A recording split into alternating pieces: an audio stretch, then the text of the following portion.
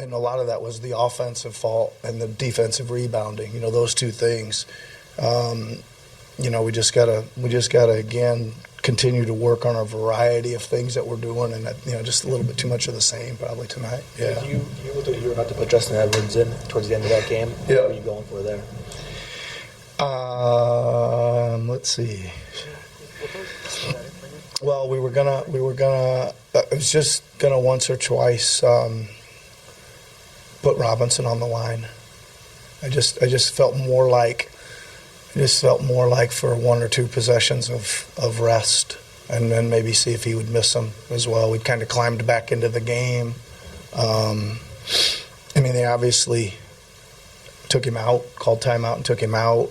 They went small. I thought we did a pretty good job against their small lineup, especially offensively. We scored about every time. And, you know, we were rolling the dice a little bit down there on defense. We were trying to, you know, blitz Brunson and not let him be the one to beat us. Got a couple turnovers. We got a couple missed shots, about 4 or 5 in a row. And then obviously OG, we got to OG and made him reload the one in the corner, and he hit it, and then Shaman hit the next one.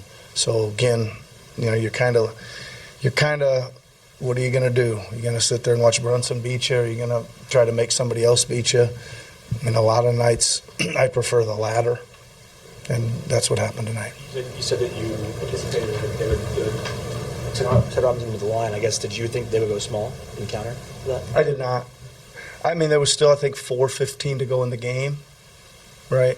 I thought they weren't even in the bonus, so we were going to have to foul twice to get there. So there you go. On Tyrese's last 3 attempts, he still had a lot of time left. Do you think he maybe felt the contact and then wanted to hoist, or what do you think the decision was? But yeah, you guys can ask him, but I would imagine he knew he was getting fouled and that they were trying to foul, and he was trying to get the call in a shooting motion. You can ask him, but I'm sure that's what he was thinking. There were a few different times in this game where you were making a bunch of subs in a very short period of time with like offense-defense stuff, even the Justin Kelly back and forth. How often do you talk to guys like Barlow, who's usually on the defensive side of those, and even Q on the offensive side, like about always staying ready and focused for when you might just suddenly be yelling for them to get in the game?